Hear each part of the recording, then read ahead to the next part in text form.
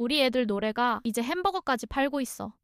2021년 그 여름, 전 세계 팬들이 남긴 이 한마디에서 저는 오늘 이야기를 시작하려고요. 저는 이 소식을 처음 들었을 때 진짜 제 뚝배기에 지진이 났거든요. 가수가 음반을 팔고 콘서트 표를 파는 건 알겠는데 지구 반대편 햄버거 가게 앞에 사람들을 줄 세운다는 게 밖에서 한국을 지켜보는 저 같은 사람 입장에선 도무지 이해가 안 됐던 거예요. 자, 근데 오늘 제가 선생님들하고 딱 하나만 얘기하고 싶어요. 그냥 유명한 가수랑 햄버거 회사가 손 한 번 잡은 게 아니라 노래하던 청년 7명이 어떻게 세계 최대 패스트푸드 회사의 석 달치 성적표를 통째로 흔들어 놨는가, 이거 하나거든요. 2021년 5월 맥도날드가 이 청년들의 이름을 붙인 세트 하나를 전 세계에 풀었어요. 끝까지 보시면 이게 왜 그냥 재밌는 콜라보가 아니라 팬덤이라는 게 실제로 돈이고 힘이라는 걸 눈앞에서 증명한 사건이었는지 완전히 이해하시게 될 거예요. 자, 뭘 팔았는지부터 볼게요. 대단한 신메뉴도 아니었어요. 원래 팔던 치킨 너겟 10조각에 감자튀김이랑 콜라, 그리고 이 청년들 나라에서 가져온 소스 2종류를 얹은 게 전부였거든요. 우리로 치면 그냥 있던 세트에 이름 하나 새로 붙인 수준이에요. 근데 이걸 판 방식이 남달랐어요. 미국 한 나라만 하고 끝낸 게 아니라 약 50개 나라에 순서대로 똑같은 세트를 쫙 깔았어요. 이게 왜 대단하냐면요, 맥도날드가 그동안 유명인 이름을 붙인 세트를 몇 번 팔아본 적은 있어요. 근데 그건 다 미국 안에서만, 그것도 미국 래퍼나 가수들 이야기였어요. 트래비스 스콧 같은 미국 스타가 자기가 즐겨 먹는 조합을 파는 시기였죠. 근데 한 가수의 이름을 붙여서 6개 대륙에 동시에 같은 메뉴를 까는 건, 그것도 미국 사람도 아닌 한국 청년들의 이름으로 그렇게 하는 건 이 청년들이 처음이었던 거예요. 회사의 역사에 없던 규모였던 거죠. 그럼 결과가 어땠느냐? 이게 진짜예요. 세트가 풀리고 나서 맥도날드의 그 분기 전 세계 매출이 1년 전보다 40% 넘게 뛰었어요. 회사가 직접 실적을 발표하면서 이 세트가 매출을 끌어올리는데 큰 몫을 했다고 콕 집어서 말했고요. 한국에서만 봐도 세트를 내놓은 뒤에 너겟 판매량이 250%가 뛰었어요. 한 달 만에 이 세트가 한국에서만 120만 개가 넘게 팔렸는데, 이건 맥도날드 단일 메뉴가 그렇게 짧은 기간에 100만 개를 넘긴 첫 기록이었어요. 그리고 이건 눈에 잘 안 보이는 숫자인데요, 세트가 나온 첫 주에 맥도날드 앱을 새로 깐 사람이 23%나 늘었어요. 앞서 미국 래퍼 세트를 팔았을 때보다도 참여 반응이 더 컸다고 하고요. 어떤 나라에선 배달 주문이 하도 몰려서 매장 앞에 사람이 너무 많이 모이는 바람에 방역 수칙을 못 지켰다는 이유로 가게 32곳이 문을 닫기까지 했어요. 세트에 딸려오던 종이컵이랑 소스통은 인터넷 중고장터에서 정가의 몇 배씩, 소스통 하나에 우리 돈 몇만 원, 포장 한 벌이 10몇만 원씩 붙어서 팔렸고요. 그냥 밥 한 끼가 수집품이 된 거예요. 이 숫자들이 왜 무서운 건지는 조금 이따 제대로 풀어드릴게요. 그리고 예고 하나, 이걸 지켜본 회사 임원들하고 팬들 반응 잠시 후에 몰아서 소개해드릴게요. 자, 여기서 꼭 나오는 반응이 있어요.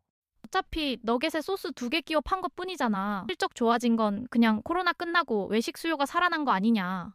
그런 얘기요. 맞아요. 인정할 건 인정하죠. 어떤 메뉴를 새로 만든 건 아니니까요. 근데 저는 이렇게 되묻고 싶어요. 그게 다라면 왜 하필 이 세트가 나온 그 시점에 매출이 튀었고, 왜 하필 이 세트의 배달이 폭주해서 멀쩡한 매장이 문을 닫았겠어요. 단순히 외식 수요가 돌아온 거라면 세상 모든 가게가 고르게 올라야지, 특정 세트 하나에 주문이 쏠려서 가게가 마비될 일은 없거든요. 그러니까 이건 배고픈 사람이 늘어난 게 아니라 좋아하는 마음이 지갑을 연 거예요. 제가 자료들을 좀 더 찾아보고 알게 된 건데, 이 사건엔 계산된 이유가 몇 가지 더 있어요. 첫째, 빌려온 신뢰라는 개념이에요. 이게 뭐냐면요, 맥도날드는 너겟 맛을 바꾼 게 아니에요. 그냥 그 위에 이 청년들의 이름을 얹었을 뿐이거든요. 근데 그 이름 석자에 팬들이 몇 년을 쌓아온 신뢰가 통째로 딸려온 거예요. 회사는 없던 신뢰를 잠깐 빌려 쓰고 그 대가로 어마어마한 매출을 챙긴 거죠. 원래 회사가 처음 보는 손님의 마음을 얻으려면 광고비를 천문학적으로 쏟아부어야 하는데, 이 회사는 그 마음을 거의 공짜로 빌려온 셈이에요. 세상에서 제일 남는 장사를 한 거죠. 둘째, 팬덤 구매력이라는 계산이에요. 예전 사람들은 좋아하는 가수가 광고하는 물건을 한번 사면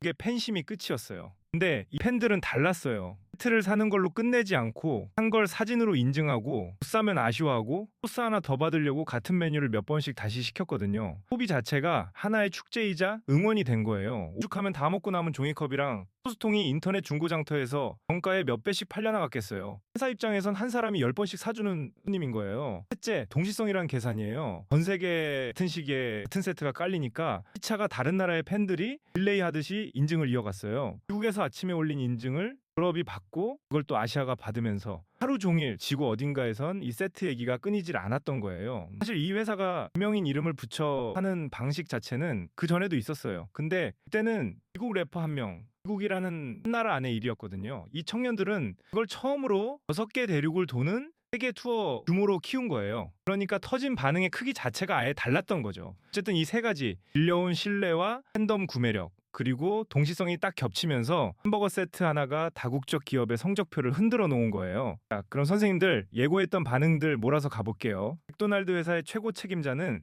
실적을 발표하는 자리에서 이 세트를 두고 그야말로 다이너마이트 같았습니다. 말했어요. 이 회사가 판 세트를 청년들 노래 제목에 빗대서 놓고 자랑한 거예요. 세팅을 총괄한 임원은 으로 전 세계를 하나로 잇는 진정한 세계적 스타. 라며 협업은 이 친구들이니까 가능했다고 했고요. 회는 공식 실적 자료에도 이트가 매장 방문을 늘렸고 핵심 메뉴인 치킨 너겟 판매를 크게 끌어올렸다. 고의 못을 박았어요. 팬들은 더 뜨거웠어요. 어떤 팬은 이 나라에서 이 세트 못 먹어본 사람은 나뿐인 것 같다. 며 인증 행렬에 뛰어들었고요. 또 어떤 팬은 기름 봉투까지 씻어서 보관하고 있다. 는 웃지 못할 고백을 남기기도 했어요. 이렇게까지 사랑받은 적이 있었나 싶더라고요. 그래서 대단하다 하고 국뽕으로 나면 안 돼요. 이걸 철저하게 산업적으로 봐야 돼요. 원래 이런 대기업의 성적표라는 건요. 물가, 경기 흐름 같은 거대한 숫자들이 움직이는 판이에요. 가수 끼어들 자리가 아니었어요. 근데 청년들은 자기 하나로 그 거대한 숫자판에 이름을 올려버렸어요. 분기 실적을 설명하는 문서에 그룹 하나의 이름이 실적인으로 딱 적힌 거예요. 왜 무서운 거냐면요. 일이 나서 전체 대기업들이 계산기를 다시 두드리기 시작했거든요. 의 팬덤은 저렇게 팔아주는구나. 그냥 나가는 광고비가 아니라 확 회수되는 투자구나. 회사 실적이 좋아지면 경영을 잘했네, 경기가 좋았네 하고 넘어갔을 텐데 회사의 적을 분석하는 전문가들 입에서 노래하는 청년들 이름이 오르내렸어요.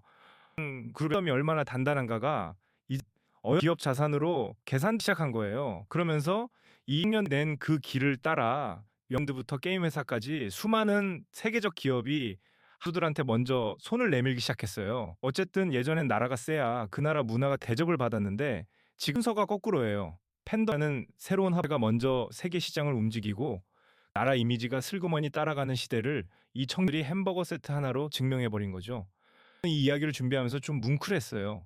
이름만 붙여도 햄버거가 날개 돋친 듯 팔리는 그룹이지만 이들도 데뷔 초엔 작은 회사 출신에 이 팀이 없어지는 거 아니냐는 소리까지 듣던 친구들이었거든요.